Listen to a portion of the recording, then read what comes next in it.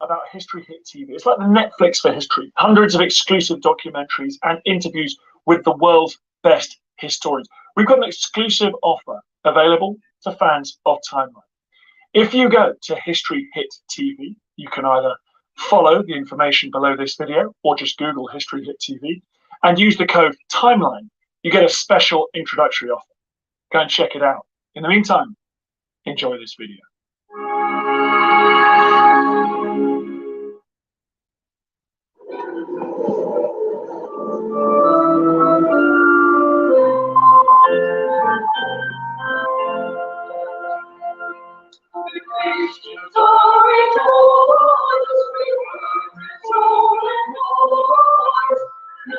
Roughly 1/3 of the planet shares the same common belief that Jesus Christ, the Son of God, was born on Christmas Day, died on a cross, and was resurrected by the power of God.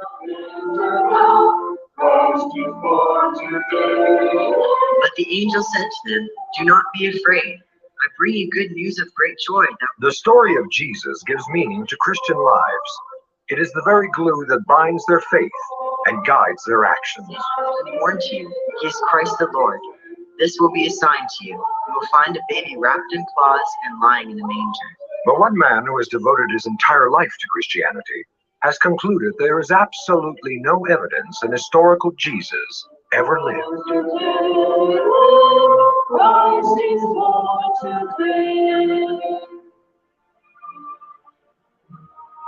Christianity made a rather fateful error in the early centuries of its life, in which it took the message which it had and literalized it.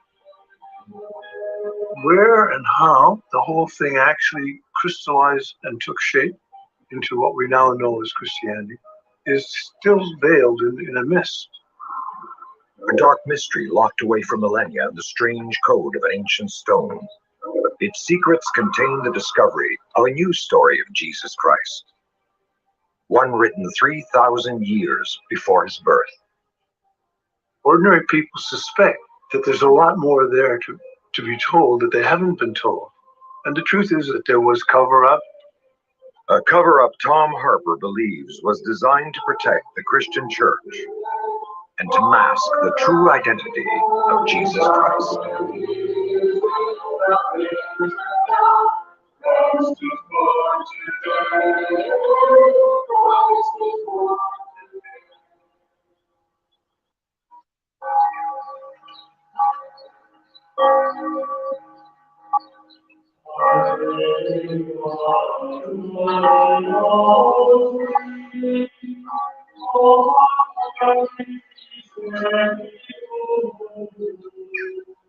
In the town of Bethlehem, a narrow passage burrows deep into a wall of stone.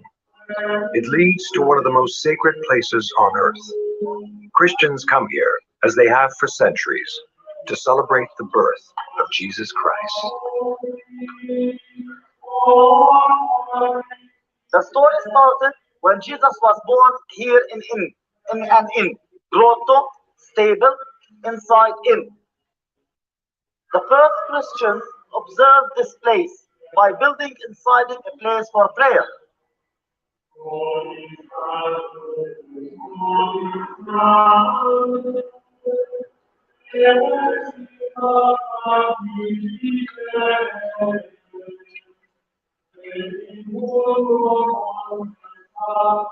Now we're going to visit the grotto of the Nativity, where Jesus was born.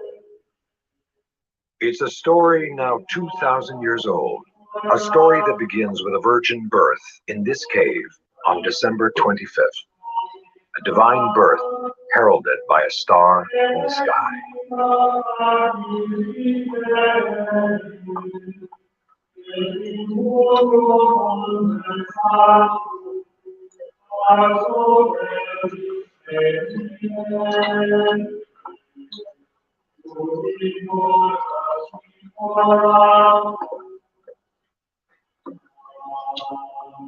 According to Christian belief, this is the exact location where the Son of God was born. And for Christians the world over, it's also the place where their faith begins. But it's also the center of an ongoing controversy, a flashpoint for those who question the very earthly existence of Jesus. You maybe have a history, but is it historical? I'd never asked that question before. Tom Harper has been an ordained Anglican priest for more than 40 years. He's also a professor of New Testament and Greek studies, a Rhodes Scholar, and a best-selling author. All his life, he's believed explicitly in the Christ of the Gospels. Yes, I didn't question the miracles very much. I mean, the thought that there never was a historical Jesus never even rose to the surface of my mind. You just simply assumed it dropped from the heavens, as it were, and there it was. But now, Tom Harper often finds himself at odds with other Christians in his approach to the faith. It's amazing, but at the heart of every religion, the same truth seems to be hitting me, that the spark of the divine is in every one of us before we meet Jesus or before we meet the Buddha or anyone else. It is implanted in the human consciousness and is the means whereby we ultimately know God and come to be like God. But for most Christians, the connection to God is made directly through the historical figure of Jesus Christ. What happened here in Jerusalem that only happened once and happened nowhere else on the face of the earth? Yes, exactly. This man behind me's got the answer right here. Thank you. Jesus was crucified, buried, and resurrected here. So that's the important thing. However, at the Holy Land Experience, a Christian theme park, preachers use theater to teach those seeking more insight into the life of Jesus.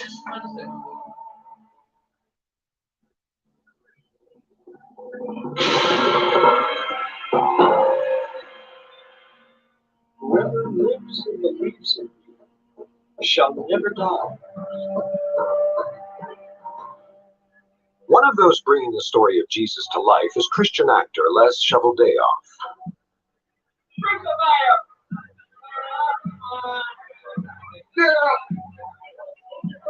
So it's just me and you.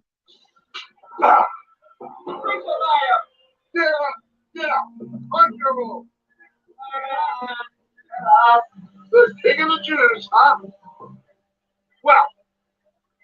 Oh, yeah, get up. People are hurting.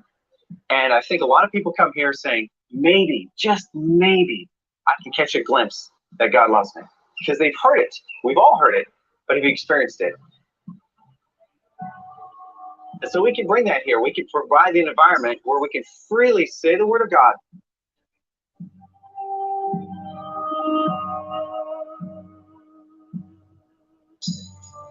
Every story brought to life at the Holy Land Experience comes word for word from the pages of the 4 Gospels that form the New Testament. The central character is Jesus, whose life on earth is cut short by a brutal crucifixion.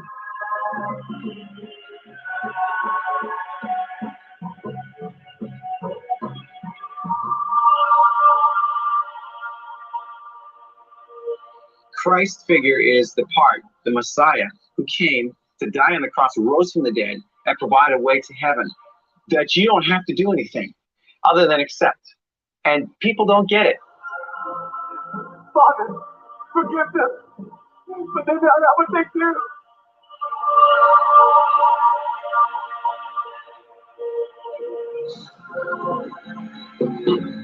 My God! My God! Why are you forsaking me? Jesus Christ has actually become an idol in the Christian religion. He is the focus of everything. They don't talk about God much. It's all about Jesus. And surprisingly, because if you read the Gospels, he didn't talk that much about him himself. He pointed people to God. In his search for a better understanding of his faith and the life of Jesus, Tom Harper closely studied the 4 stories of the Gospels. But he found little evidence to support the existence of a man said to have walked the earth some 2,000 years ago. There was so little, that is to say none, in the sense of biographical information in these so-called biographies. The Gospels they're contradictory. The nativity story in Matthew contradicts the nativity story in Luke. But the contradictions are everywhere. And you don't know what color of hair Jesus had. You don't know what he looked like. They trace his lineage. One of them traces it to Abraham, the other, that's Matthew. Luke traces his genealogy back to Adam to give him a universal figure. The genealogy actually is a non sequitur. It just doesn't end where it should end. Tom Harper is not alone. Timothy Frake and Peter Gandy, authors of 6 books on Christianity, also challenge the idea of an historical Jesus. The Gospels are faith documents. They're not history documents. And I think in academic circles, this has been established for a very, very long time. They're faith documents. So put them on one side. You can't use them to ground the history of Jesus. There are no divine interventions in history. There is a common sense approach to things, and the traditional history is just inadequate, I'm afraid.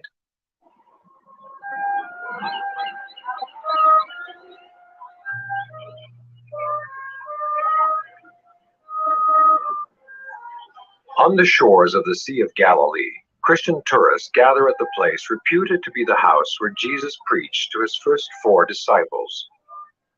Tour guide David Ridron makes his living recounting the story of the historical Jesus. For a Christian to come to the shores of the Sea of Galilee is to come to their cradle. Because after all, it was here along the shores of this lake, where 2,000 years ago a Galilean teacher called Yeshua from a nearby town called Nazareth began its ministry and changed the world. Yet no physical evidence has ever been found to support the existence of Yahshua, or Jesus of Nazareth. Nor is there any confirmed written evidence of the existence of Jesus Christ during that time. We don't have, unfortunately, an historical Jesus because we have no mention of a man called Yeshua written about and described while Jesus was alive. The historical details we gain from the Bible just by reading between the lines. But the Bible provides plenty of detail on the miracles said to have been performed by Jesus on these shores. Of all these miracles, which involve thousands of people in terms of the feeding of 5,000 plus women and children, we don't have one letter home from anybody saying, hey, I was down and you should have seen what happened today. Not one letter home from anybody who saw the lepers cleansed. There's nothing. And this is an age in which there were lots of Roman writers who were interested in the social scene throughout the empire. I mean, Matthew's gospel says that at the crucifixion there was an eclipse of the sun and that the tomb burst open and the veil of the temple was rent, tombs opened and the dead walked around the streets for a day. I mean, that's pretty heavy stuff. Not a word. There are only 24 lines in the ancient text that come before the year 150 that refer to Jesus in any way. Most of them are ambiguous. Is this a basis on which to build a major world religion? With such scant evidence, a few lines of historical text, Harper began to question the very existence of Jesus. Then he came across 3 19th and 20th century scholars whose writings suggest that Christ was not born in a manger in Bethlehem, but on the sands of ancient Egypt.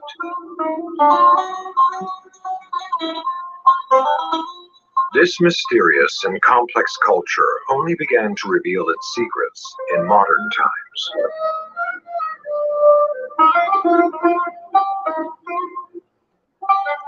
200 years ago, a soldier in Napoleon's army made a startling discovery when he unearthed the Rosetta Stone at an excavation site near the Nile River. This discovery would shake the very bedrock of Christianity.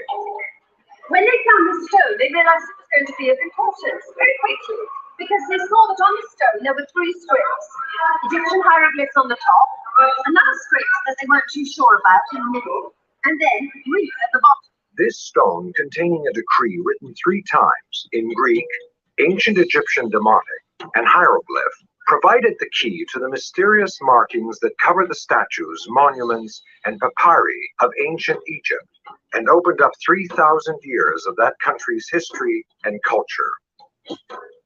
The stone was used to study the extensive Egyptian records housed in the British Museum, and it uncovered a fascinating and familiar story, the story of Jesus. The calming of the sea, the walking on the water, the making the lame to walk and the deaf to hear, the raising the dead, the judging of the dead, the descent into hell. It went on and on.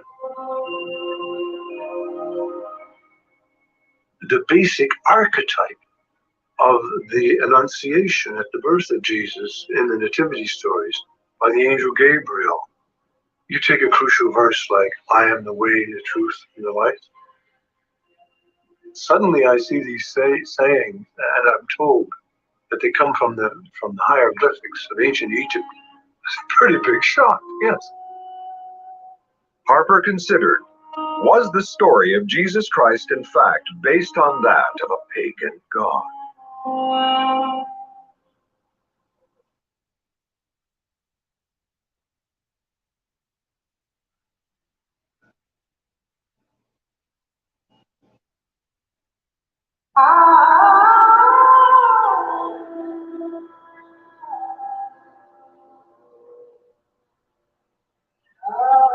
Ancient Egypt, home to one of the world's oldest religions, what early Christians called paganism. It was a faith that related to the cycles of nature, the essence of life, birth, death, and resurrection were often represented by the sun. To worship the sun, the most powerful force of nature, meant to worship God. The ancient pagan world wasn't some sort of benighted, savage place. It wasn't primitive. It was a very advanced culture, which gave us philosophy, architecture, democracy, mathematics, science. And it had a highly evolved spirituality. And at the center of that spirituality were what was known as mystery cults.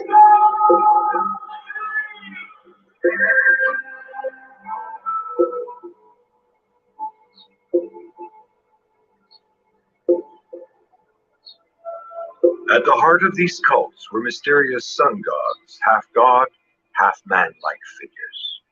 Stories about them were written in hieroglyphs on the walls of the pharaoh's temples. And at the center of the mystery cults was a myth. And the myth is about a dying and resurrecting God-man, or son of God. And if you look at the story, you see that this God-man is born of a virgin and God, sometimes on the 25th of December. He changes water into wine at a wedding. He performs other miracles.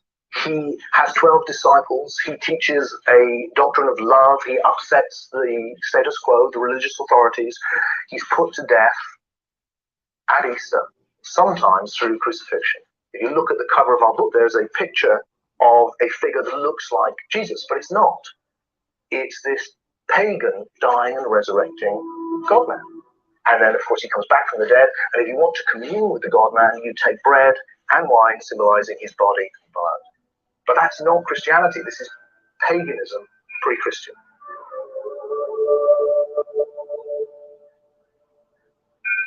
So we are inside this temple. We call it the bird's house or the bird's room. So here in front of us, some scenes showing us. In the temple of Luxor, ancient hieroglyphs describe a mythical mystery tale about a divine conception, or what Tom Harper claims to be a virgin birth, where a mother delivers a child in a cave and 3 sages come to visit the infant deity. It's remarkably similar to the story told at the Church of Nativity, except this one predates it by almost 2,000 years. Standing in one of the panels is the pagan god Horus. Very important god, because also this god has the same bears or the same house. In the text that accompany the image of Horus, the falcon sun god of protection, Harper found references to the Good Shepherd, the Lamb of God, and the Son of Man, all well-known biblical references to Jesus. And also in the same time, his uncle. He claims 180 similarities between Horus and Jesus Christ. Horus is referred to as the Christos, or Iusa. His virgin mother is the goddess Isis. When she got this baby Horus, she carrying him like in the same attitude, like the Virgin Mary and the Christ. The images of Mary and the images of Isis with Horus on her knee were interchangeable. And in some churches today in Europe, they have a grotto in the bottom of the basement of the church where you will find a black Madonna. And the black Madonna is Isis and Horus. Horus is just one of many such gods. Harper found evidence of dozens of others. Some of them can be found in the Christian shrine at the Coptic Museum in Cairo. And they all have similar careers. They all have supernatural birth. They all are persecuted. That was an allegory or a symbol for the fact that each one of us, when we're born, we have the spark, the gift, and it's threatened that it'll be covered over by materialism, by animal passions, by whatever.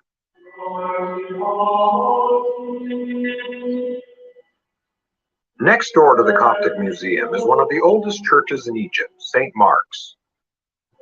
This church commemorates the journey taken by the Holy Family, Jesus, Mary, and Joseph, when they fled persecution in Israel.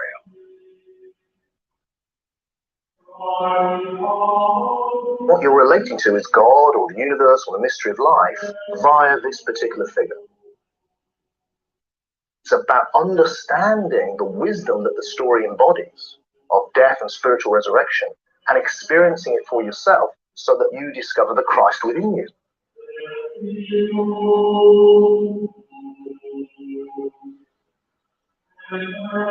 St. Mark's Church was built during the earliest days of Christianity.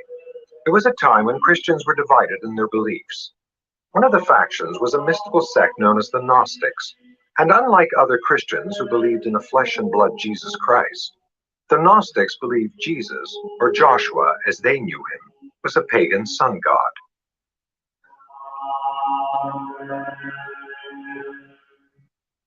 You know, there was a major battle for the soul of Christianity in this period. And the Gnostics lost, and the literalists won. All through history, it has been the winners in any battle or any struggle that get to write the story and get to write how it happened. Joshua, as it would have been, Jesus is just the Greek name. The Joshua cult probably goes back 200 years at least before the time that we think of as Jesus being born. And so to really understand the nature of Gnostic mythology, you have to completely get away from the idea there's just the story we have in the New Testament. The Gnostic Gospels, of which we now have a large number, said you had to write your own gospel to show you were initiated. So you can imagine how many there must have been. And so there's the whole cycle of myths. We have Christian commentators saying, yeah, all those stories of the pagan god, and they're admitting, you know, you have stories of the God-man riding a donkey. You have stories of the God-man dying and resurrecting. But yours are just stories, as really happened. Where and how the whole thing actually crystallized and took shape into what we now know as Christianity is still veiled in a mist. It's becoming clearer, and I think ordinary people suspect that there's a lot more there to be told that they haven't been told. And the truth is that that's right, that there was cover-up, there was persecution of those who disagreed. According to Tom Harper, the church would preside over the largest and bloodiest cover-up in history.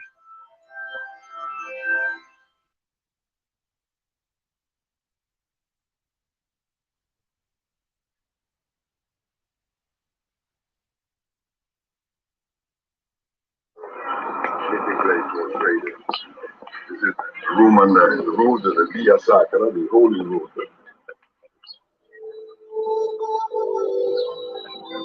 Via Sacra, the Sacred Road, is the main street of ancient Rome and leads through some of its most important pagan holy sites. And at the beginning of the 4th century, Under the newly crowned Emperor Constantine, it was a place of great chaos.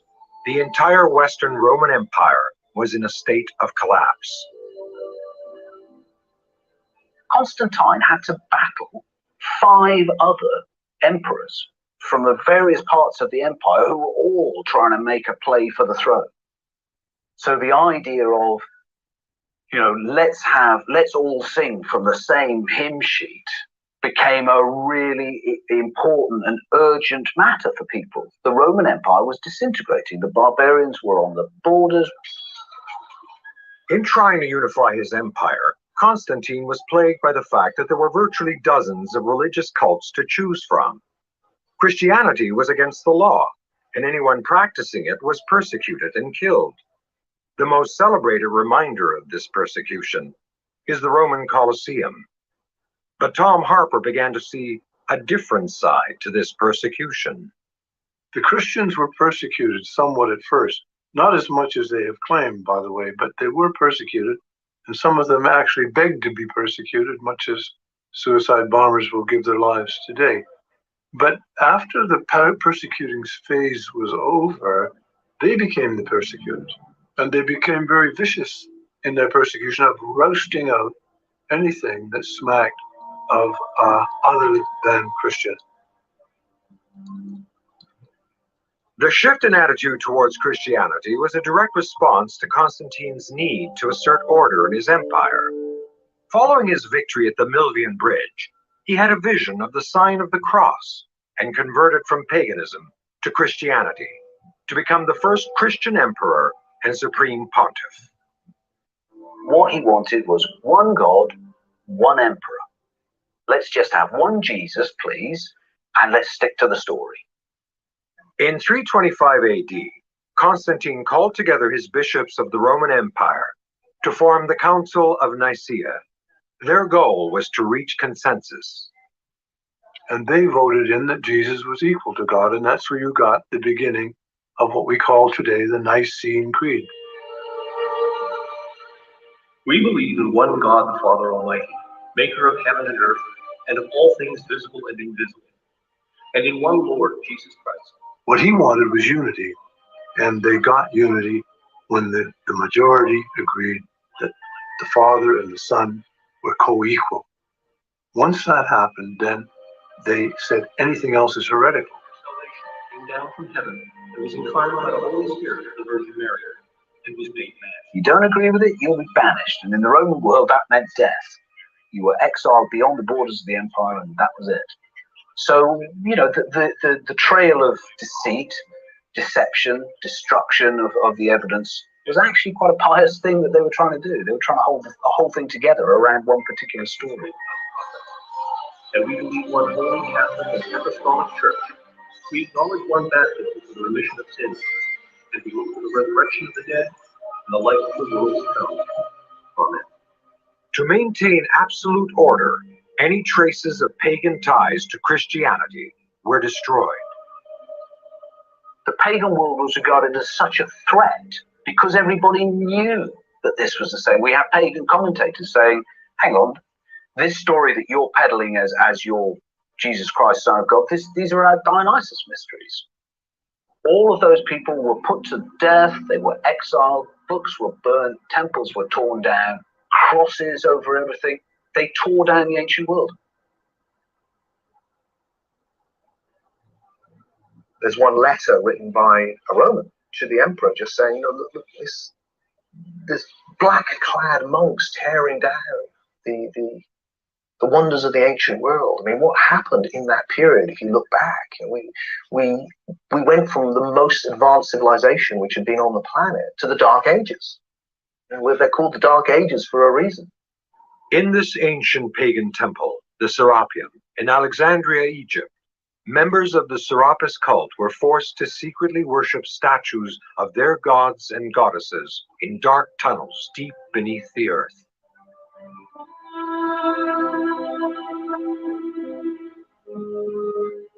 On the shelves of these caves laid religious texts, scrolls, and papyri of their cult, hidden away for safekeeping.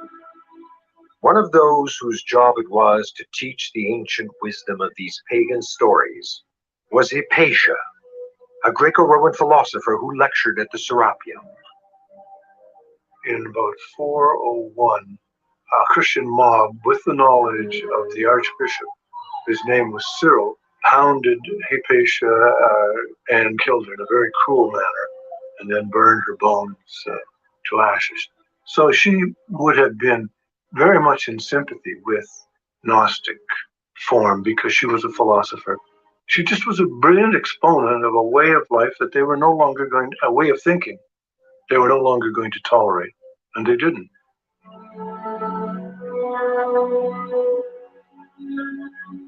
The Christians allegedly burned the books which had been moved out of the library into the Serapeum, the sanctuary.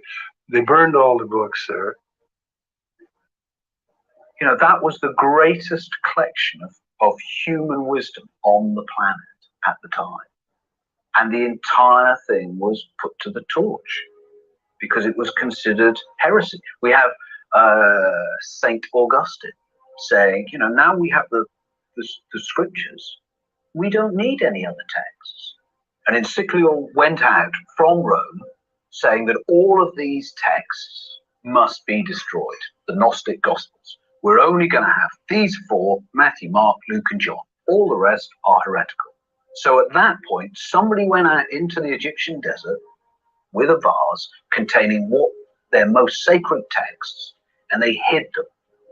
And they didn't come back for them. And you have to wonder what happened to them, that they didn't come back.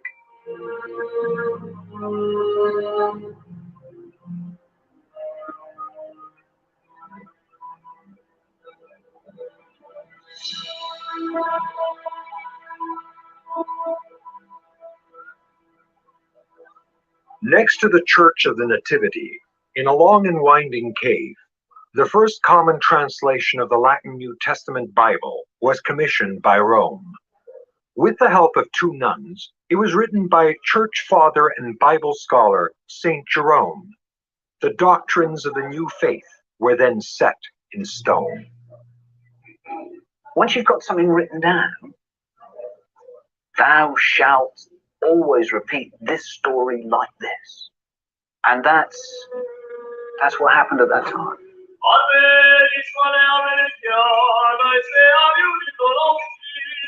By 476 AD, the Roman Empire had fallen, but Orthodox Christianity flourished.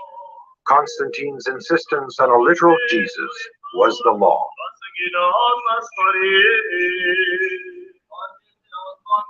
Some suspect that it was done deliberately as a kind of trick. Others believe it just happened because it was easier, that the ordinary people were able to accept a literal view of stories that were very familiar.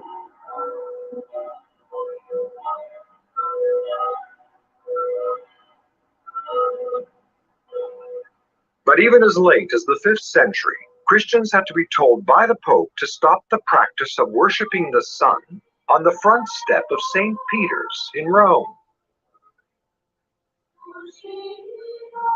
Christliness was not something that just dawned in the year 1 of the coming era.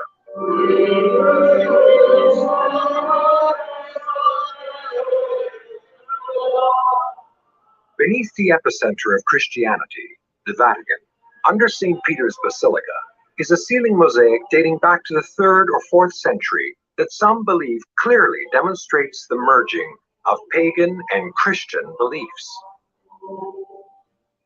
There's a picture of Christ sitting in a chariot, sun god, with wings and everything, right underneath St. Peter's Basilica itself.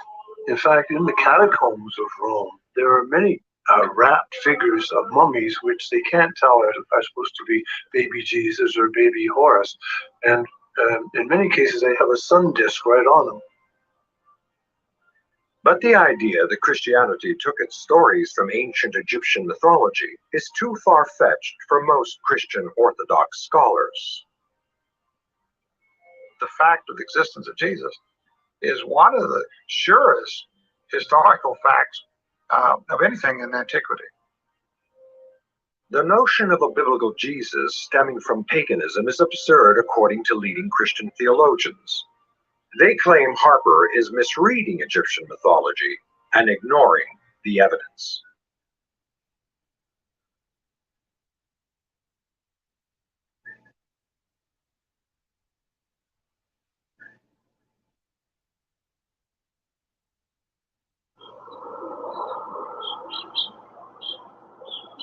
Tom Harper is convinced of a link between the Egyptian pagan god Horus and Jesus Christ. His is not a literal view of Jesus, but a metaphorical one. I think he's made a mistake of buying into views that really no historians that I'm aware of would accept as really credible. Tom's book calls for a total re-examination of how Christianity got started. So I read it and said, does he make some good points? And I decided he didn't. While Tom Harper is not alone in his beliefs, some of the world's most respected religious scholars feel that his theory on the origins of Christianity is deeply flawed. They claim that no link can be made between ancient Egyptian beliefs and Christianity. There are a few gods that died and come back to life in some of the ancient religions, but there really isn't anything like that in Egyptian religion at all. A lot of this stuff is just absolutely made up, or the historical images really have no connection. Beyond sort of general parallels, they aren't specific kinds of parallels. Because they sound somewhat similar, they must be similar, and therefore Christianity derives from this. Well, the argument just simply isn't there. It's not necessarily a coherent view of what Egyptian religion was. It's very complex, extends over thousands of years, and there isn't a sort of way to find an actual summary of it.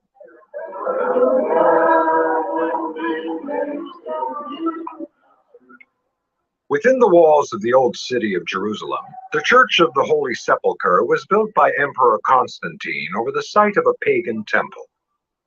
In 326 AD, he decreed that this was the exact location where Jesus Christ died and was later resurrected. Millions of Christian pilgrims accepted his words as absolute fact. Christianity is hinged on real Jesus Christ dying and being resurrected. And I think the evidence is very, very clear. That's exactly what happened. Known as the holiest Christian site in the world, visitors mourn his death at the very spot they believe his body was washed by his disciples. For the millions who visit each year, the Church of the Holy Sepulchre is absolute proof of the existence of Jesus Christ. The evidence is incontrovertible that Jesus existed historically. Jesus of Nazareth was a person who lived and walked the dusty roads of Palestine and was crucified under Pontius Pilate. The rock formation beneath the church closely matches the description of the resurrection site in the New Testament. It is this kind of evidence recorded in the Gospels that some believe confirms the existence of Jesus Christ. You've got 4 Gospels that are independent witnesses. All of them were written before the end of the 1st century. That's not really debated by scholars. No one really knows who wrote the Gospels, although they were attributed to disciples Matthew, Mark, Luke, and John. But their existence remains the heart of Christian theology.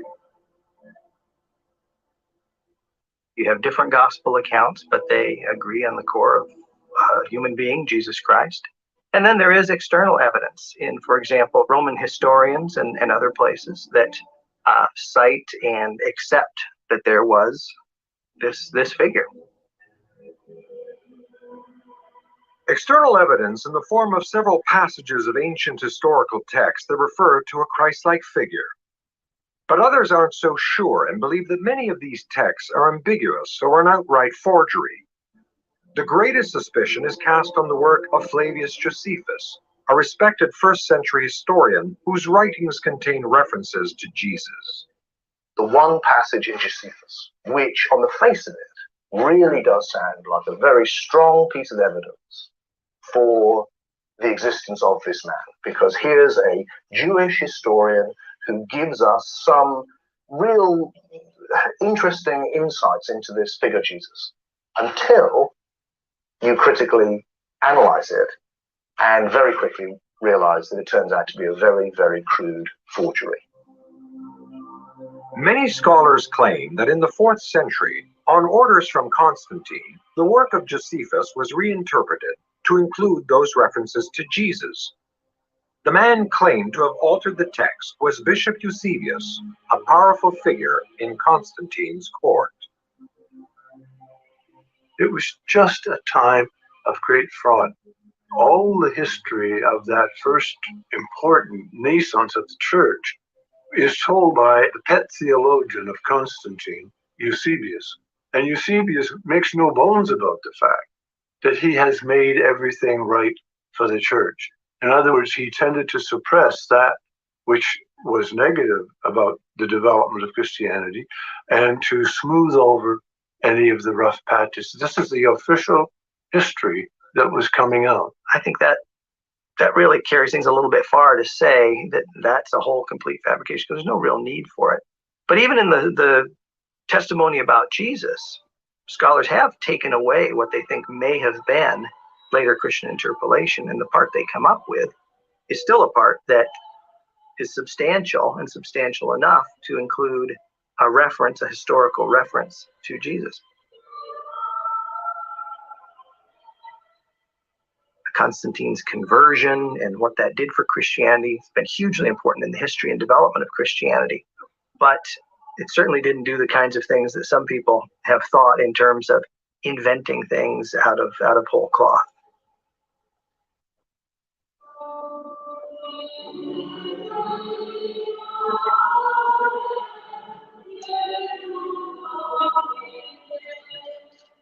Christianity has been sort of the institutional religion in much of the Western world for a long time, for good or for bad. And there have been good things about that, and there have been bad things about that. But it does set itself up then for being seen to be a player in a conspiracy theory, right? They're the people who control everything.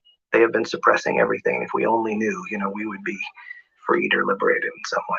I'm not saying they necessarily schemed in an evil way, but they succumbed to the temptation that was inevitable once people have blind faith and come in their masses and depend on you for giving them salvation.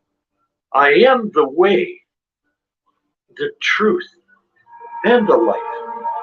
Can 2 billion Christians in the world be wrong? Certainly, that is true. I think of this, and I have to ask myself the question. Christianity does not encourage you to be credulous, to just believe what you've been taught. People should think critically about the faith. Whoever lives and believes in me shall never die. Do you believe this?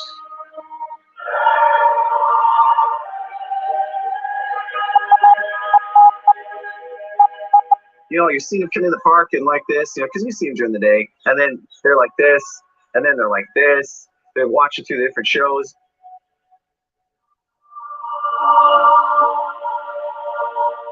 At the Holy Land experience, the highlight of a day's visit is the staging of the resurrection of Jesus Christ. For Orthodox Christians, this miracle establishes their faith in everlasting life.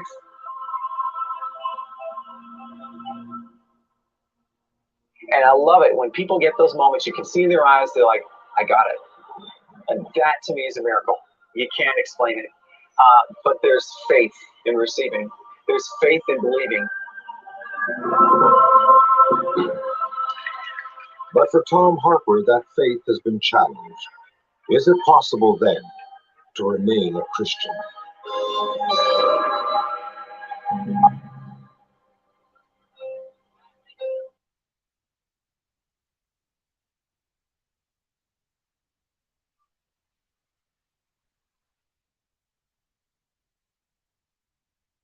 Veci veci lo.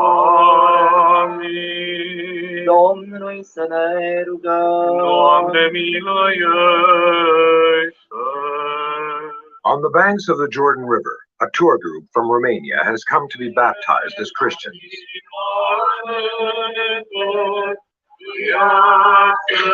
But the priest who will lead them in the ritual doesn't place much faith in these sacred waters alone.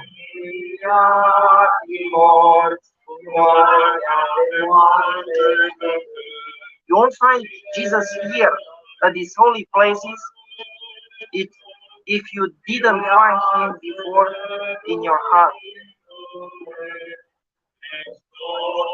It's hard to express this. It's hard to express it. You must feel it. It's the essence of the faith, after all.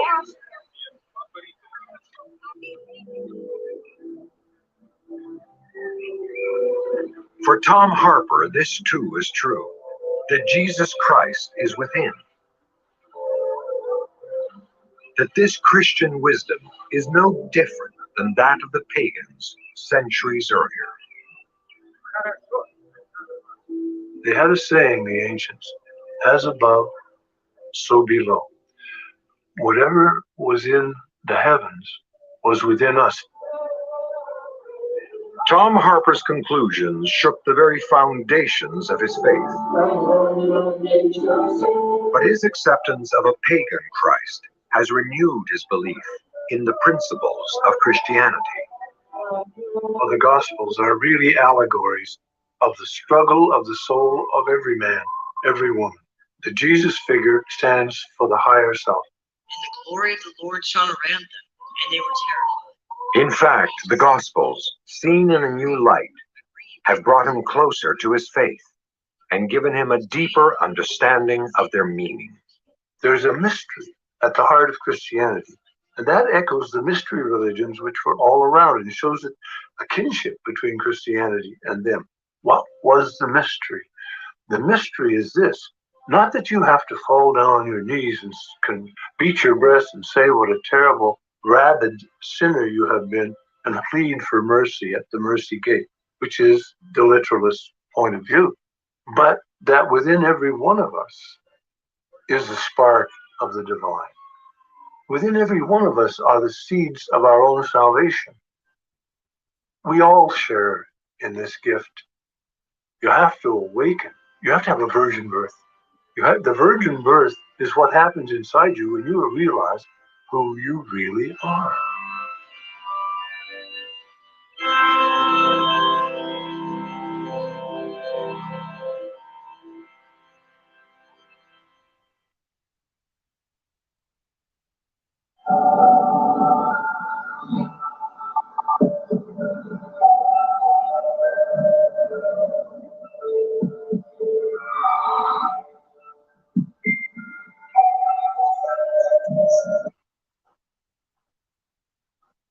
Okay, in this installment that I'm going to show you, I want to talk about mystery cults. You know, the thing about mystery cults is that not many, if very few, know of the teachings that were done in mystery cults. Quite often it's mulled over. They tell you they had certain ceremonies, but don't know what they were all talking about, what they were alluding to, and so on. The common person didn't get to know these things.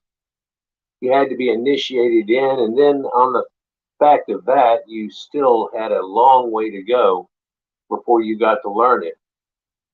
And they had crafted it in such a way that whenever you were new to the cult, you would learn things that would totally open your eyes to the difference of what was told to you before and the way that it is now, yet it was the same thing, only larger and even grander than before. This repeatedly happens during your initiation as you go through the levels. When you reach a certain level, you are taught a certain thing that almost takes everything that you had learned from them and previous and throws it out the window as something that people were enamored with the idea of, and so created everything that you've been told up until this point. But at that point, you were shown a greater mystery and a kind of envelope of it all. And in doing so, you were able to discern how this all came to be.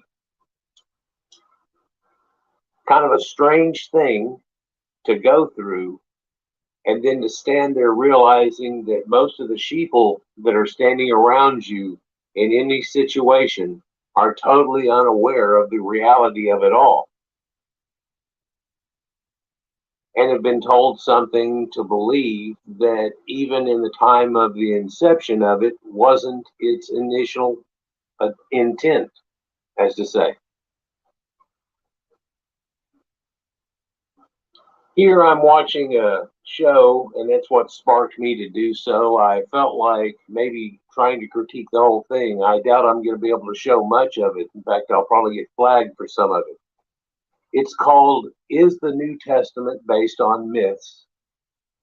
Pagan Christ by Timeline. I want you to look it up and watch the whole thing. I'm going to try to show you a few key points and talk to you about some of it. But it would be better if you got the whole flavor going on, for they walk you into it and initiate you into the idea of what's going on all the way through it to a point, and then start making more valid points, kind of like the initiation that I had talked to you about before. Let me preface in saying that I'm not trying to destroy anybody's religion. Christianity is the favored religion of the land. All the Abrahamic religions and things that go with it. I've just tried to show that while discerning other cultures and finding out some of their mystery cults, that it all seems to go together. And even though you believe that they are pagan, and that's bad, which just means agriculturists, which all these people were that had this idea. And there was a concept that rose out of that at the end that has us under a fog that we're still under 2,000 years later. And the reality of it all is actually that it did not start off right whenever you think that it is and you're told to think that it is. If you get in any studies of it, there's nothing that actually says that this actually even happened during the time or shortly after, whenever it happened. I'm sure I'll get some comments downstairs. I don't mind that at all. But in truth and reality, it's been woven into something totally different. If you watch this whole presentation that I'm only showing you a portion of, then you'll probably understand a little bit better. But understand also, this is one of like 12, that sacred number, different views on the same thing that I've done. Pretty much as the zodiac goes around the sun, I've stepped into each zodiacal zone and said, well, this is a different view on that same idea. And here's the Sumerian tales that are woven into your Bible, and here's that. And so it actually, if you're just paying attention and you know about history, you instantly come to the realization that all these people weren't the people that we come out trying to think that they were, and it's much bigger. And it talks about 10 tribes and so on, and that makes it seem like there was little groups of people, but each one was a giant civilization, actually. And in a way of honoring them, they still kept a lot of it in the stories, and in a way also to get the new people to believe in the new story that was being told. It ironically contained a whole lot of the stories that you were always familiar with. So it made it a little easier. They're like, well, you know the story about da-da-da. Well, it's kind of like that, and how that goes with this is so on. Admittedly, it's an incredible book. It's got so much jargon in it, it really confuses people, and they try to take little pieces and say what each one means. But if you look and read between the lines, there's a lot more to it than even its own book, and it's done in a threefold way. It's really incredible. And it was done to be so. And once these people finally got the form that we know of today and wrote it down, it no longer could waver around at all. And it became, this is the story that you tell in this way. And all others are instantly thought of as BS.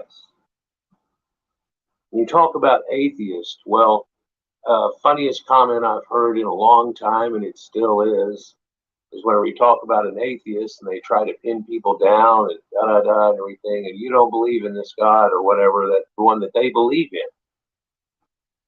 And the comment is made, no, you know, better way to explain it is, you know, all the pagan gods that you just don't believe in, I just have one more. But then again, if it ever was anything, it all is. There's a problem in that statement too, but let's get on to this and look at a few statements here of things in mystery cults, which I believe you're going to recognize a lot of defensible stories of.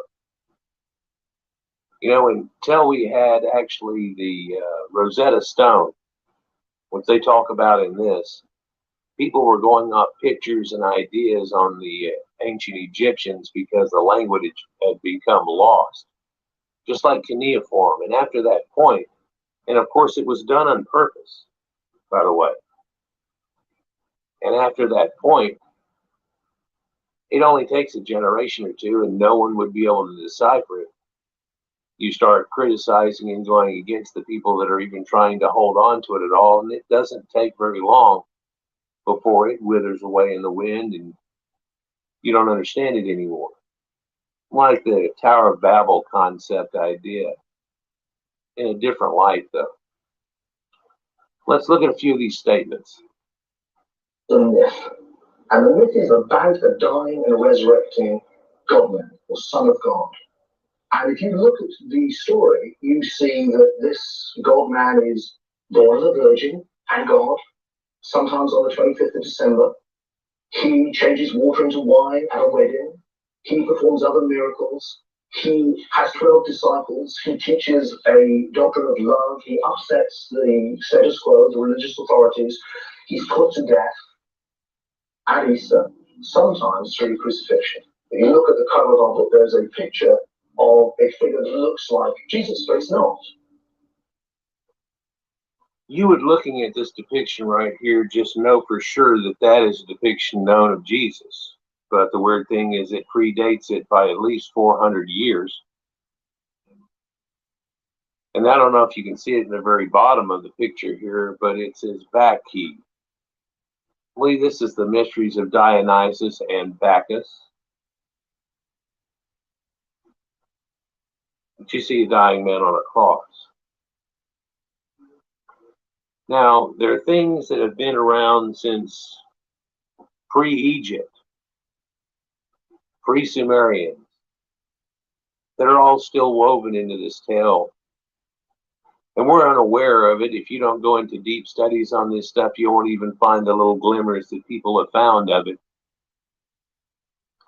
But those were kept and entrenched into all the different people that were affected that heralded civilization, and they all seem to have this common tale, don't they, when you really start looking at it. And although the names have changed to protect the innocent, lo and behold, it's still Venus, it's still Saturn, and that planet is still the same one that we know of today. But it's also associated with a storm god. I did a series on storm gods like 2 years ago. It's a complete series on them, and the amazing correlations and how they're the same person in the same aspect. in each one of these cultures, showing you that there was a major thing going on before that. The things we call pagan now and all that, there was a major thing going on before that. The thing is, there are glimpses inside of that of all stories that are in the Bible, and it's said to be going along with this, showing you that they tried to wrap it around and put it all in together as one story, and it is much larger than the story that we give credit for. It's one of the things I've tried to show over time, and people have gotten that misconstrued somewhat, but look up at how much larger it is. This, again, is only one aspect. When he talked about the 12 disciples that he has, that gets repeated over and over again, and a lot of people don't understand. A lot of these numbers and things are meant to show you who was attached to this concept, where it comes from, and so on. And the 12 number is very different than our based on 10 that we have now today, and it's a Sumerian thing, based on 6 and 12 and 60 and so on. Like they got way past tens. Tens was a kid counting on your fingers and so on. They got to where they could do it real easy. So they are also shown to have trigonometry, advanced mathematics going on with their ideals and everything. There's a Clemson tablet that shows you this.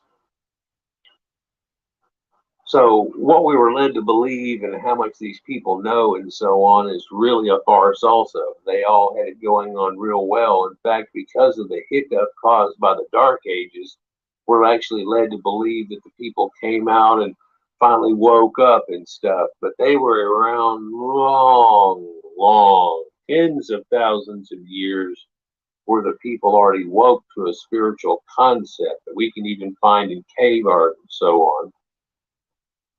You really can't embellish very much on it and say how much they had going on. You don't find too many artifacts, but there's a Lion Man of Hallfell's cave that shows you they had a Leo man type thing going on way back when.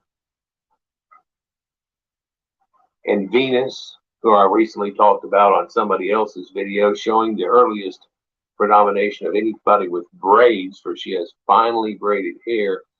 And it's the Venus of Willendorf, and some of these Venus statues date back to 35,000 BC. They were kind of heavy women back then, but that was because of a difference in that too. I have a video on that topic. Let's just go on here as we look at this and know that this has nothing to do with Jesus whatsoever, but yet it does. It's this pagan dying, resurrecting God. And then, of course, he comes back from the dead. And if you want to commune with the God man, you take bread and wine, symbolizing his body and blood. But that's not Christianity. This is paganism, pre-Christian.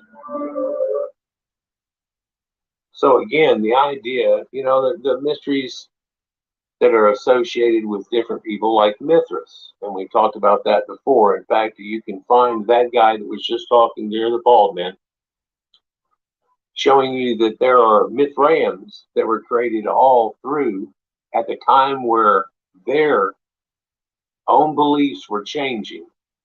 They were leaving behind the gods of the Romans and the Greeks that we know so well, that our planets are named after and so on, and trying to embrace it in a bigger light. Something much larger, something that would involve even beliefs of Druids and Celts, all the way to people of North India, all the way through Russia into the edge of what we call China today, all the way through North Africa and Egypt, and these common Caucasians that had this concept going on. I don't know if you can make it out. It's been destroyed by zealot Christians, by the way, after the fact, whenever they talk about they were all pagans and these are the people that took our people into bondage, and all these things happened in Egypt, which, if you really look into it, didn't actually happen. In fact, one major idea that I've been able to show before so many times is that if you'll just look in the Hebrew Bible under the idea of the Red Sea and how they parted the Red Sea and went through, you know, the biggest magic in the Bible, right? Doesn't even say that. It says Sea of Reeds, Yam Suf. means sea of reeds. And they went through the sea of reeds, and this is a total different way. And the Hyksos actually did take that trek, but of course, changing that one little thing and then making an embellished story out of it takes it away from it, but it still keeps an essence of it, doesn't it? You can still smell it. Do you notice that this man right here is tied up, crucified, and so on? And well, this is in Egypt. In fact, the story we're talking about, one of the mystery cults that we're doing today, is about Horus and how it matches up.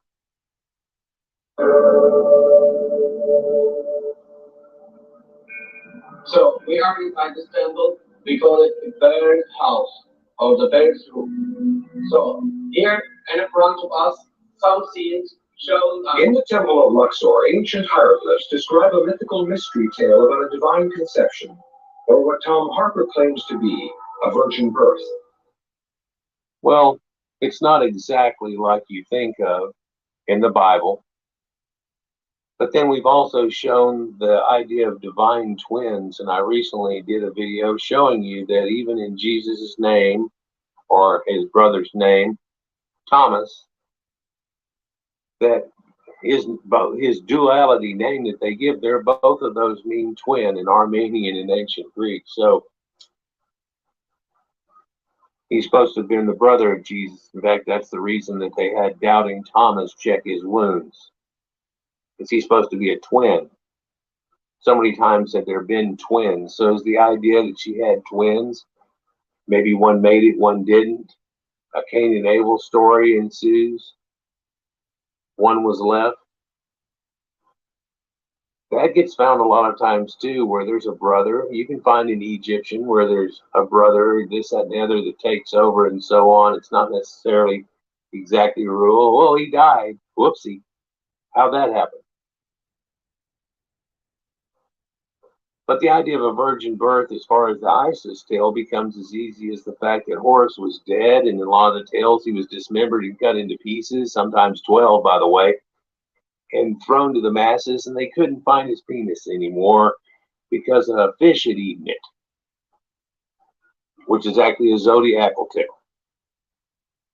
And so they fashioned one, a fake phallus, out of gold, and then Isis, as a bird or a dove, lit upon it, and whenever she just sat upon the top of it, she became impregnated with Horus. Again, a rebirth situation. You think that's not valid, but it's as valid as anything that you probably believe in right now or have been told to. So look at these pictures on the wall where this story comes from and see if this sounds familiar. Where a mother delivers a child in a cave, and 3 sages come to visit the infant deity. It's remarkably similar to the story told at the Church of Nativity, except this one predates it by almost 2,000 years. And so in a cave, she was supposed to be trying to make it back to the temple, and she didn't make it to the temple. She shouldn't have never left, and she should have had the kid at home. But instead, she tried to make it to the hospital. And, you know, back before we had cars go zoom and everything, you put a woman in a wagon going bouncing down the road while she's breaking her water and so on, and you're not going to make it. So they had that in a cave, and then 3 sages show up. But that's part of the 12 sages that he has. And that's the part of the zodiac that was in a cult whenever that happened, are hidden. A cult is not a bad thing, like, ooh, Ronnie James Dio and all of this stuff. That's something we contrive. It's like we did the devil and everything else, because it makes kind of sense. If you have this, then you have that. If you have opposites. But then that says there's another god too of the underworld, or he has a counterpart too. So there's not just one, is there? Well, it was a conflagration to take Asherah, God's wife, and his son, and Jesus, and make him as one. If you really look into it, that's the Canaanites and the way that they went with El, the god of the Bible. You know, they have angels. You live in a temple, the Tower of Babel. All the angels' names, Ezekiel, all the names that are El in your Bible are Elisha, which actually means El is Yah. It just says it. But if you don't know, you don't know.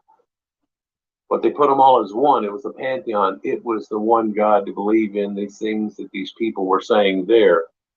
What do they have to do with Samaria? Samaria got destroyed in a great flood, if you've heard about it. Tale of Gilgamesh and everything. And those people were attacked by the Elamites and brought in over, and this Assyria took over and so on, if you will, or Akkad. And it changed. But where did those people go? They went the route of Abraham. You're supposed to discern this idea that it all happened, but people usually, whenever they talk about the Bible, think it all happens right around this one little spot, and it doesn't actually involve Egypt. Oh, well, yeah, it does, I guess. And it does involve Samaria. Well, sure it does. And in fact, whenever he got sent back to find a wife for him, the text tells you don't buy one from this Canaanite locals, which is trying to deflect from what the reality was, and pick one from my home tribe or whatever. It's one of the famous stories in the Bible. He shows up, he just knows at her, talks to her at a well, and throws an earring in her nose. There's a lot to that. Let's continue here for a minute. Standing in one of the panels is the pagan god, Horus. Very important god, because also this god has the same bears or the same. In the text that accompanied the image of Horus, the falcon sun god of protection, Harper found references to the Good Shepherd, the Lamb of God, and the Son of Man. All were those do sound familiar. Well-known biblical references to Jesus. And also in the same time, it's arguing. So whenever you see an idea like this, and he's a sun god, as per the sun disk that's on top of his head, this is actually a blend of times from way before, from back in the last ice age. I tell you, people have remnants from so on. And he talks about how they brought something advanced from Atlantis and so on that you talk about, but what they also still had is remnants of animism, where they had different gods with different aspects, and because they picked that out of nature. This can be seen in the concept of a nativity.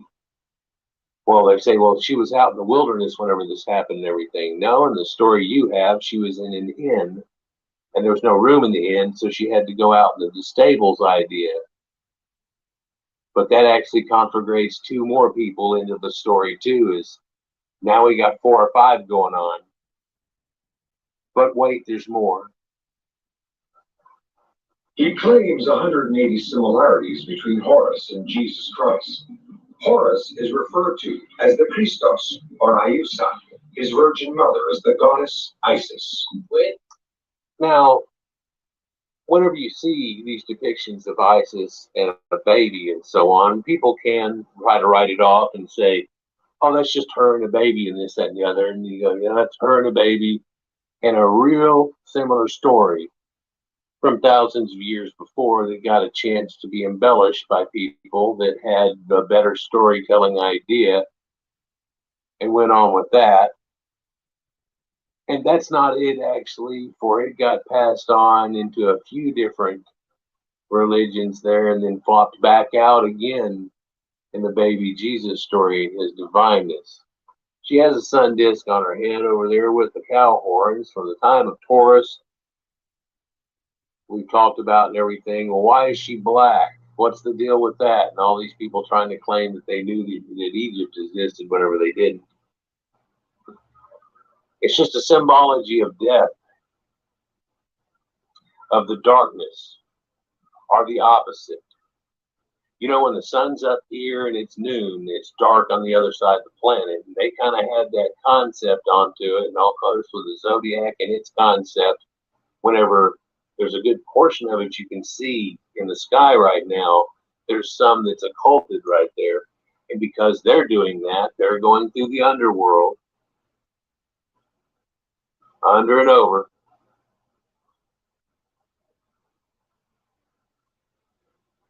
But some of these statues, and I even did a video, which, you know, this is a little more depth of that concept here, whenever I just rambled for about 2 or 3 minutes, showing you there was an Isis sculpture that they had in the Vatican, and somebody had actually put a new headboard or footboard around the very front of it, where it actually says it's Isis, and covered that up with another footboard and said that it was Mother Mary. And she got this baby horse.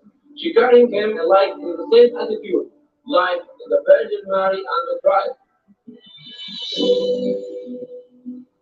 The images of Mary and the images of Isis with Horus on her knee were interchangeable. And in some churches today in Europe, they have a grotto in the bottom basement of the church where you will find a black Madonna. And the black Madonna is Isis and Horus. Horus. So that man that was just talking there is actually an ordained priest. He's also a best-selling author too, now that he's come to realization and actually studied into it. If you'll watch the whole show, he actually talks about how he never even thought to question it because so many people were so enwrapped into it. He himself was, that he never thought to question it. But once he saw a few things, it was like, what? So he looked into it, and then a few more things opened up to him, and lo and behold, he ended up finding out how much bigger it really is. And the best of my knowledge, he's just making a bunch of connections to Horus. He doesn't make all the other connections that I do for the Bible. The idea that Titus was the second coming and so on, but you can look up Flavian's signature and you can find them talk about that and give you most of the representation of it. And also show you that Titus's campaign mimics Jesus' campaign all the way through. And in fact, a lot of the tales it tells about something very similar going on. And Jesus feeding the people at the wedding and so on, and had to do with fish, has to do with Pisces, but also the fact that there was one time whenever they went down there in the army or whatever and took over all the people because of this disruption, they were able to feed the masses to keep things going. This is just one of many such gods. Harper found evidence of dozens of others. Some of them can be found in the Christian shrine at the Coptic Museum in Cairo. And they all have similar careers. They all have supernatural births. They all were persecuted. That was an allegory or a symbol for the fact that each one of us, when we're born, we have the spark, the gift, and it's threatened that it'll be covered over by materialism, by animal passions, by whatever. So he kind of gives it away right there. One of the greatest portions of the mysteries there is the idea that you were supposed to have been told that you probably didn't get out of Sunday school and so on, even though they may have said it a few times because of the way they push all this other dogma on you, which is built off of politics and things like that.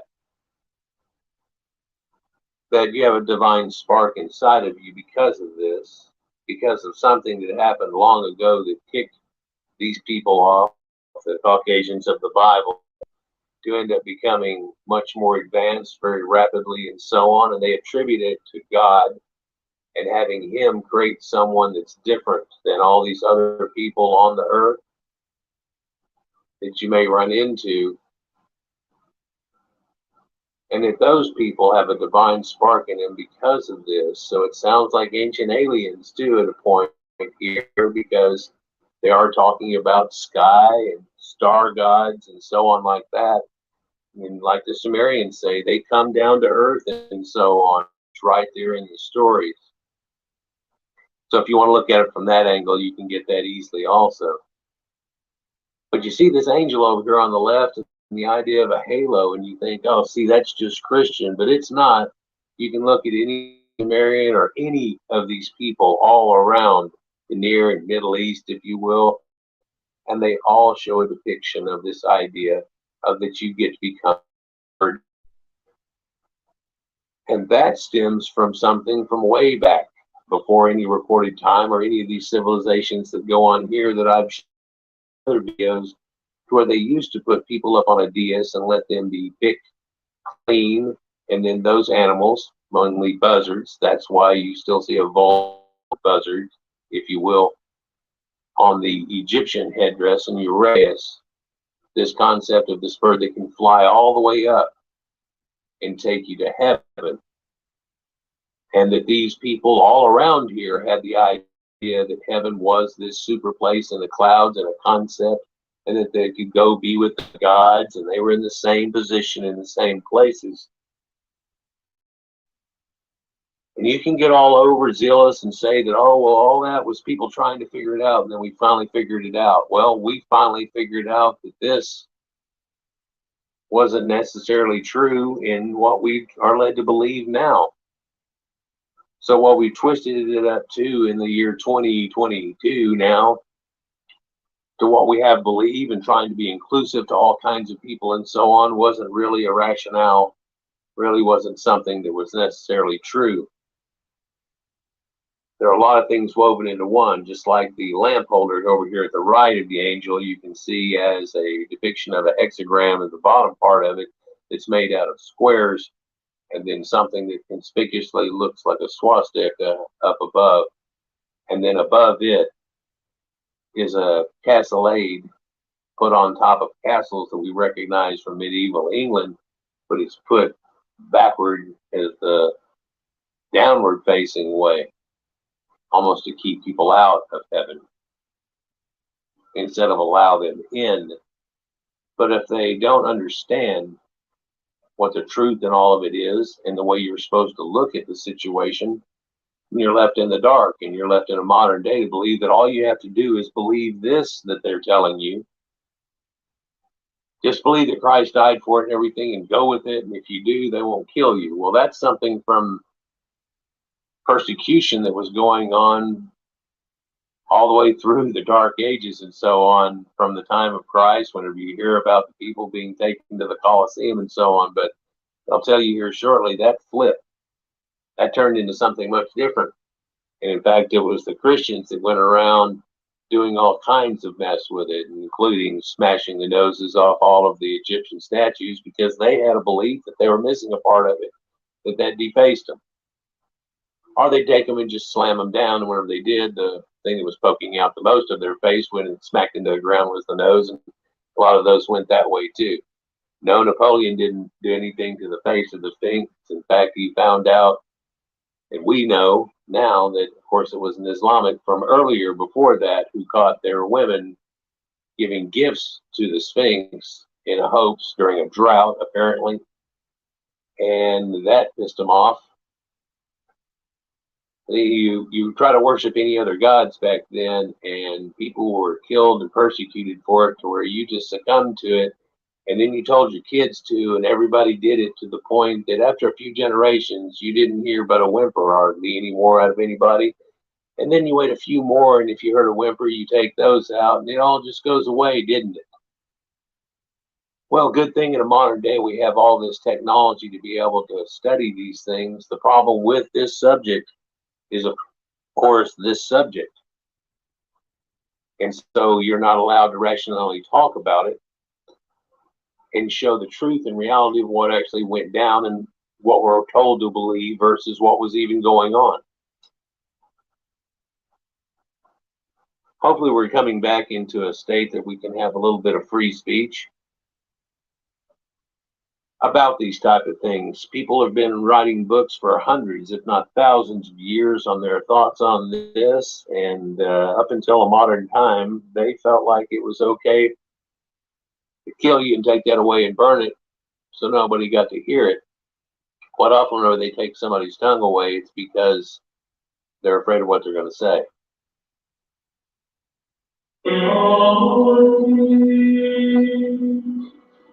Next door to the Coptic Museum is one of the oldest churches in Egypt, St. Mark's. This church commemorates the journey taken by the Holy Family, Jesus, Mary, and Joseph, when they fled persecution in Israel. If you study the Bible, this is something that they call typology, where it happens over and over again, where somebody ends up fleeing into Egypt, and then they tell them after a while, what happened in the Old Testament, they tell them it happened after a while, that those who sought your death are no longer living, and then you'll be able to go on and off of it, whatever. But Jesus just mocks that point again. There's a whole lot of times where Jesus just mocks that point. In fact, the Gnostics always referred to him as Yahshua, Yeshua, which there was no J, but now we have a Joshua. Well, no, Joshua was a guy from the Old Testament. Yeah, we all know about Joshua and Jacob and things. So that's who that was. Oh, wait, what? Gets pretty deep, but let's continue with what they're saying right here in this oldest in Egyptian churches and the Coptics and so on. What you're relating to is God or the universe or the mystery of life via this particular figure.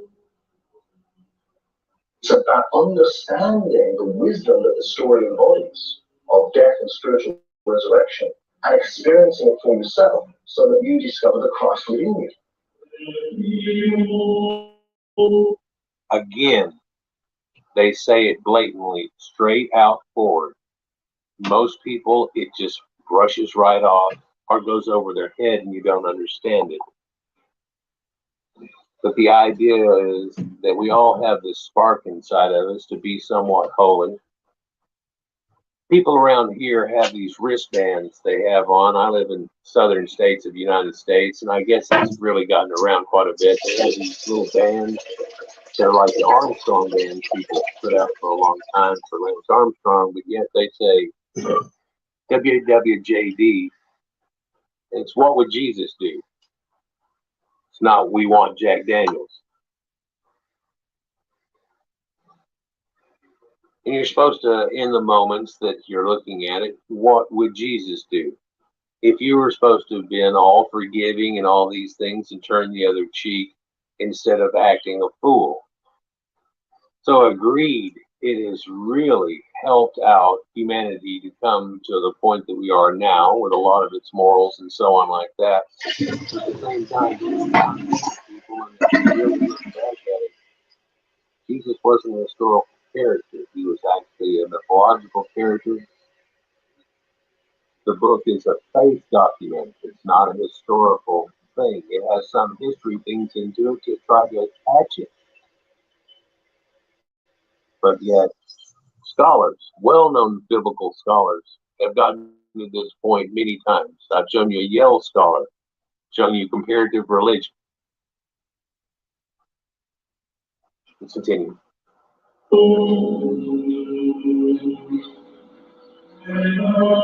St. Mark's Church was built during the earliest days of Christianity. There was a time when Christians were divided in their beliefs. One of the factions was a mystical sect known as the Gnostics. And Gnosticism just means hidden knowledge. It's like a cult means the same thing. When the moon is in a cult of the sun, that's an eclipse. Just like Apocrypha and how we think that means the end of days and everything that goes on, it really means something to be revealed. And all these people had these extra documents that are no longer a part of your Bible. Many have heard about some of these.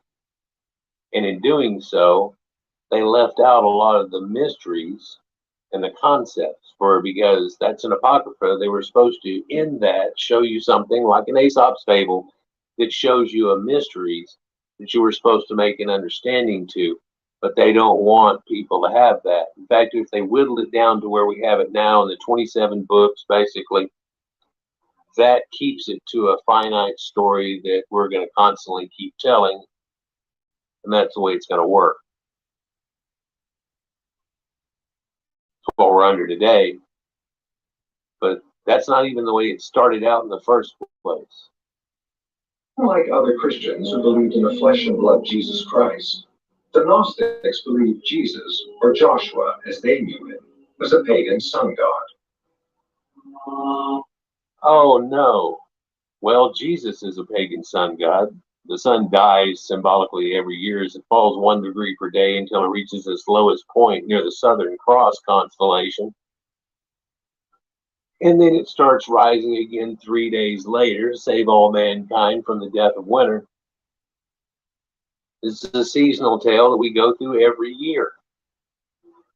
We call it Christmas. And of course, they, to conflagrate the thing, have turned around and said, well, he was born in December and everything, but he was crucified at the time of Easter. But Easter is an equinox, which means equal night. In the time where there's the death of winter and the darkness of winter and less light per day as it goes, there starts to be more and more, and all of a sudden it becomes equal of the day. Yeah, these people mathematically had it all figured out, time and everything, and they figure it out. And so he's said to die, but then resurrected at that point. Well, that's at the point the sun reaches its high azimuth and goes through the whole thing of the year. So it's the same similar story. You can see the people that were involved with it.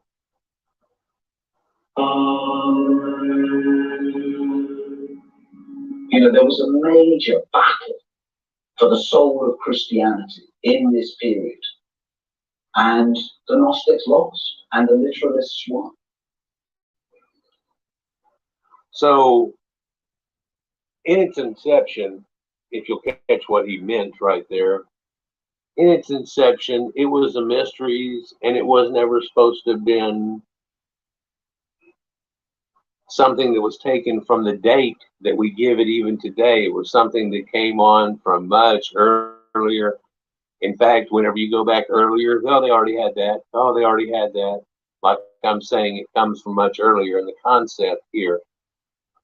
But that's all Gnosticism and all secret mysteries that are told you in a way that you're supposed to learn if you're initiated, and the common man didn't get to know it and everything. In our modern day, they released the book eventually on us here as a closed source, but there's so many open sources still that are there. Once we found the Nag Hammadi text and the Dead Sea Scrolls and things and realized that, yeah, there's a whole lot more to this. The people that were doing it at the time, there's a whole lot more to it. And in fact, during their persecution, where they were killing everybody and trying to burn anything what it said to keep it safe, they put them in urns and took them out in the desert and hid them. And they hid them good enough that we didn't find them until our modern time. And all of a sudden, there is an apocalypse or an unveiling. One of the statements or the mottos of my site here is unveiling. And I'm trying to unveil it to you in a way that you can accept it, hopefully, in the way that things really are and the way they really came to be where we are today.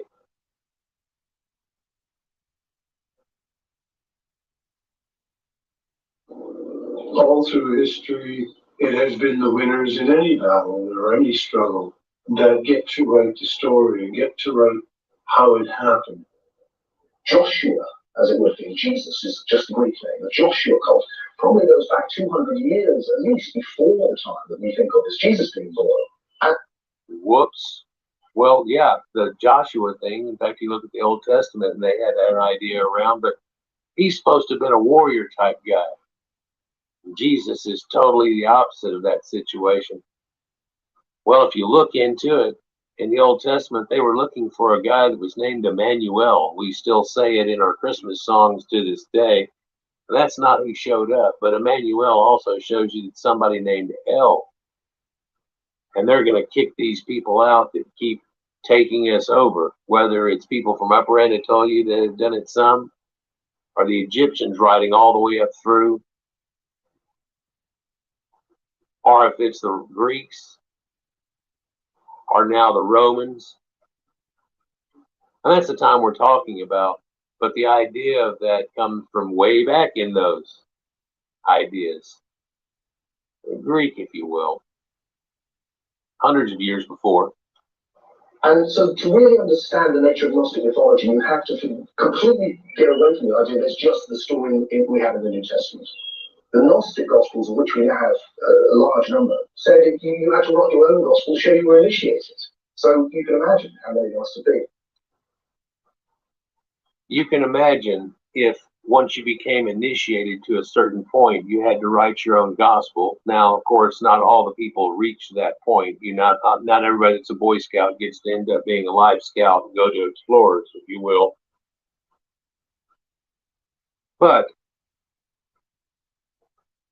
when you're initiated, you get to that point, you actually have to make your own gospel. So you can imagine how many gospels there were by people that were well aware of all the mysteries at the point that they wrote their gospels. And when we find these Dead Sea things in Nag Hammadi texts, you can find that they're radically different than what you're taught to believe, aren't they? But if we took and mushed that back into the story somehow and took out a few key phrases in other places, the Bible becomes a totally different story. This is the end of part 1. In top left-hand corner is going to be part 2. You click on it right now and we'll take you to there and we'll see you there. Write a comment and click like down there. We'll see you there. Well, creeping up towards the Dark Ages now, we go past 400 AD, part 3 of this. And we go to 475 AD, whenever the Rome just literally starts falling apart, and we see how we kept this religion going after that point because of so many people they had already affected with it were also zealots on their behalf in the same situation, and so it continued on.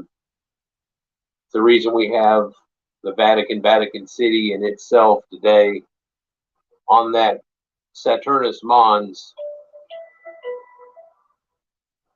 and the hills in Rome, which were actually described as the 7 heads of the dragon in Revelations, but that's for another video.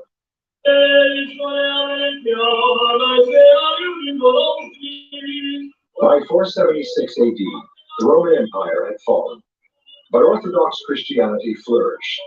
Constantine's insistence on a literal Jesus was the law.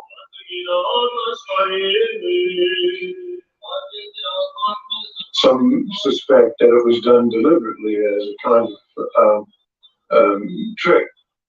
Others believe it just happened because it was easier. Easier to trick people after they were already brainwashed into the idea? Just takes a couple of generations of people not continuing to say the same things in history, and somebody has a way to wedge in somehow, and lo and behold, they can even change history or the way that we look at it. It's amazing whenever you look back in a history book at just things like in JFK's time, you know, and early presidents of the United States or wherever you live in the world, and they're really limited in scope, but just like you know of is the time that you live in now and all this going on, it's going to be a little paragraph footnote eventually of just about nothing, and you'll be like, oh wait, there was a whole lot worse than what we're leading to believe. Well, is that people covering it up because they don't want to know that we were sitting here flip-flopping like acting stupid at one time? Is that what all this is about? That the ordinary people were able to accept a literal view of stories that were very familiar. Stories that were very familiar because for thousands of years they already had this very similar, if not the same story. We talk about it in Horus, and he supposedly has 180 connections of things that were said about Horus that allude to almost the word for word what was said about Jesus or in the Old Testament. We know that the Egyptians had a lot to do with it. In fact, they write off their fact of the way they started out was people that left Egypt. So it's conjugated into that. I've talked about the different people who are encompassed in this whole idea too, around the whole Middle East. In fact, that's what I studied, was everything except for the Bible, and all of a sudden, oh wow, doesn't that sound familiar? Doesn't that sound familiar? They had a flood too. Surely it wasn't like that. It was? Yeah, but he didn't release birds and doves and ravens, mud on their feet, and then yeah, but then what did he do? He built an altar thing. Okay, so then what happened? Oh, he was deified and written in the stars forever, and there's a boat there and everything too. Oh, that's not what happens to Noah. He gets drunk and his kids freak out and everything, and then they cover him up, and then there's this whole story, and then he curses not the guy that even did it, but his fourth kid and everything. Oh yeah, well that's Canaan. That's because they're trying to write them off. So Cain, see, story in the very first thing, Cain and Abel, Cain bad, Canaan. Oh. Let's continue.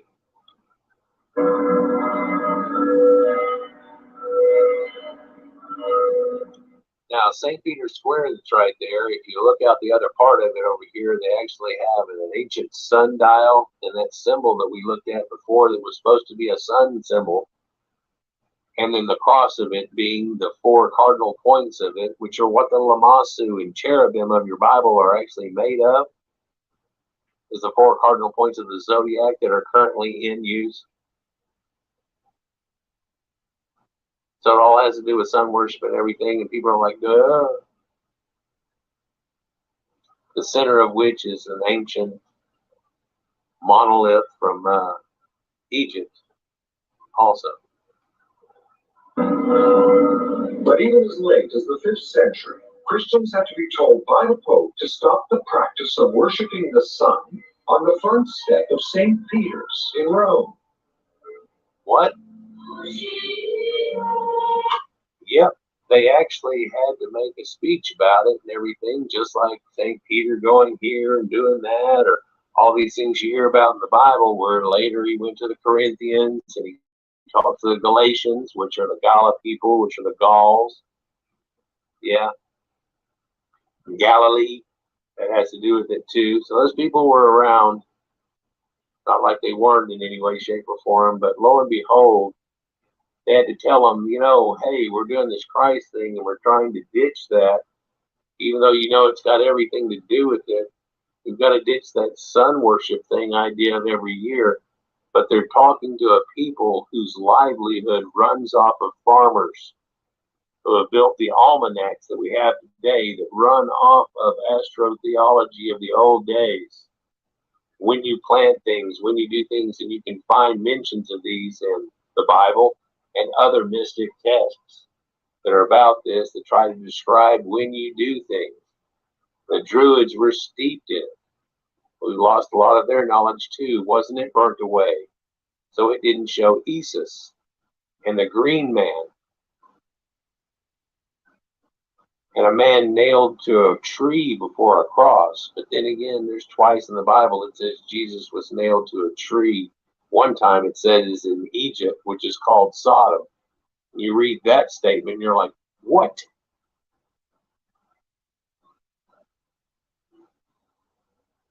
Christliness was not something that just dawned in the year 1 of the coming era.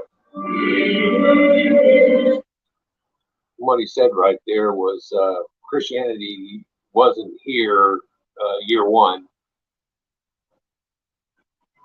In fact, the whole thing didn't flip over until the year 73 AD. You see, Jesus, in that 33rd degree Mason type idea that goes on, when he was 33, he went through his persecution, but he told the guys on the Mount of Olives that a generation shall not pass before these things will happen in the second coming. People still waiting for the second coming. The oddity of the whole thing is he just told you that the disciples are going to still be alive then. I don't know if you think they're vampires or whatever you might think of, but he's trying to tell you that they're all going to be, there are people, verily I say to you, there will be people here today listening to me talk right now. They're going to be here whenever this thing happens, because a generation is 40 years in your Bible. And 40 years after 33 is 73 AD. But there were 7 years of trials and tribulation. So you take 7 years off that and you end up at 66 AD. And in 66 AD, in the 6th month, on the 6th day, on the 6th hour, that's whenever the Jewish revolt happened then and started off the whole conflagration that led through to the end of 73 being Titus, which ended at Armageddon. And if you look up Armageddon, it'll go, oh, you mean Armageddon.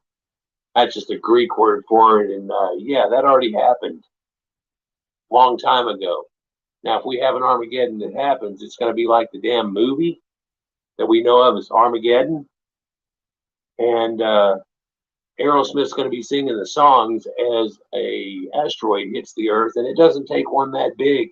A little bigger than a stadium will wipe out, pretty much a country to a continent, way more than a city, and cause problems for the whole world.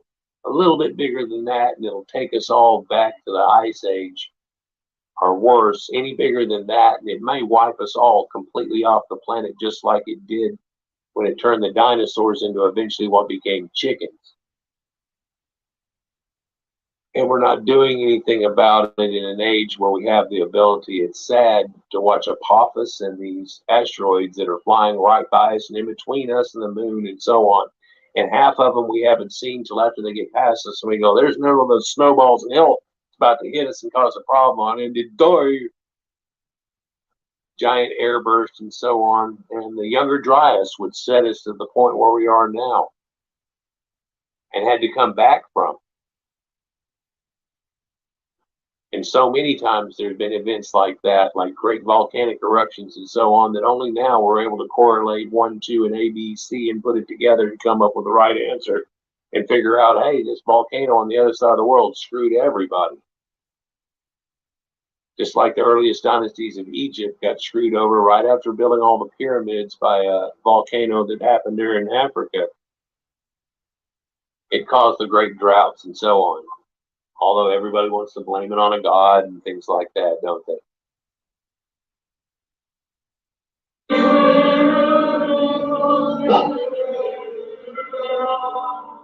Beneath the epicenter of Christianity, the Vatican, under St. Peter's Basilica, is a ceiling mosaic dating back to the 3rd or 4th century that some believe clearly demonstrates the merging of pagan and Christian beliefs. Well, also below that is an ancient Mithraeum. In fact, where they built the churches on top of. In fact, the bald-headed guy with the glasses that we were seeing in the first episode or so, we saw a little of him in 2. He's got a whole thing about showing you that a lot of the churches that were built across the ancient world were on top of other churches, many of which are Mithraeums. And they even have them down below, but still to this day, where they go in, it's the catacombs, but you'll see symbolism that's there. In fact, below the Vatican, whenever you go below it and start walking through its catacombs, on the wall are all these symbols to Saturn and all of other Greek gods and catacombs and wall murals and things about it. Still to this day. Let's take a look at this depiction. There's a picture of Christ sitting in a chariot, sun god, with wings and everything. Yep, he's a sun god with wings and everything. Well, no. See, that's an angel. And Jesus got his wings. No, winged people come from all the different groups that you consider to be pagan now. By the way, that little plant over on your right conspicuously looks like a pot leaf. Other people say it looks like a three-leaf clover or an elm tree, and so an idea of a tree of life or whatever, but or a maple leaf too, by the way. But here he is riding a chariot in a sun god guise, everything. Well, no. See, that's Sol Invictus. That's the Mithraeum thing, and that's Sol Invictus. And when you see Mithras and he's stabbing Taurus right there on his shoulder, that's the end of Taurus and the age that goes on there. But there's so much inside of that picture with the dog, the snake, and so on. But I've also shown that that's where the Taurid meteor shower comes from and emanates from, just like the blood coming out emanates from there. And that has a large part to do with our Day of the Dead ceremonies and all around the world that equal to our Halloween that we have now today, which is, of course, followed by All Saints' Day, showing you that they grabbed right in on that too. Oh, this picture's slightly out of the frame, isn't it, here? But he's a sun god, sun rays coming out of him, which looks like the Statue of Liberty and the halo that goes around him. That's the sun. The way you draw it when you're a kid. St. Peter's Basilica itself. In fact, in the catacombs of Rome, there are many wrapped figures of mummies which they can't tell are supposed to be baby Jesus or baby Horus. And in many cases, they have a sun disk right on them. Why would they have the sun disk on them if they were Mary's representation? So are a lot of them of Horus, and they've just renamed him or whatever, or just turned to say, well, this is just another one of the Jesus thing. Good thing you can't quite date stone, huh? But the idea that Christianity took its stories from ancient Egyptian mythology is too far-fetched for most Christian Orthodox scholars. There are people that make their living off apologetics, where they know now that you've heard the things that you're supposed to never know about. And so they've already preemptively got something to say that tries to apologize, like Apollo, supposed to apologize for that situation and give you something to believe in on how it still might be true. Like, oh yeah, so everything is all from other people and it's all pagan, but this time it happened to somebody, it's not pagan and it really happened. You follow me? As opposed to what they've shown you here is the spiritual origin of it, and the Nag Hammadi text and everything do, and they say, oh, those are Gnostics. They always say that those were freakouts. They lived out in the desert and did these weird things. Yeah, they're going to say all kinds of weird things about them, aren't they? How about monks who are trying to keep the faith and get away from the people and the persecution? Knock, knock.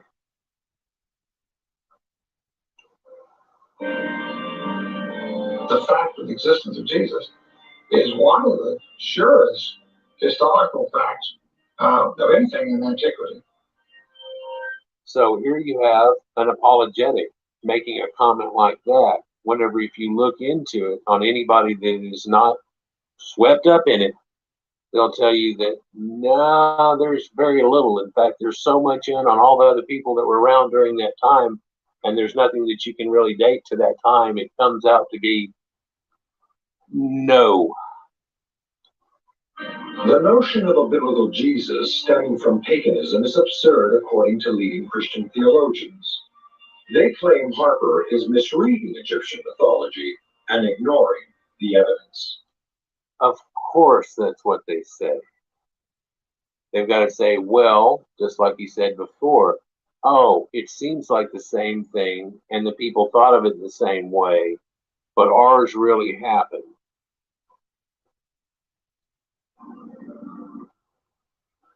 So on to their end statements here.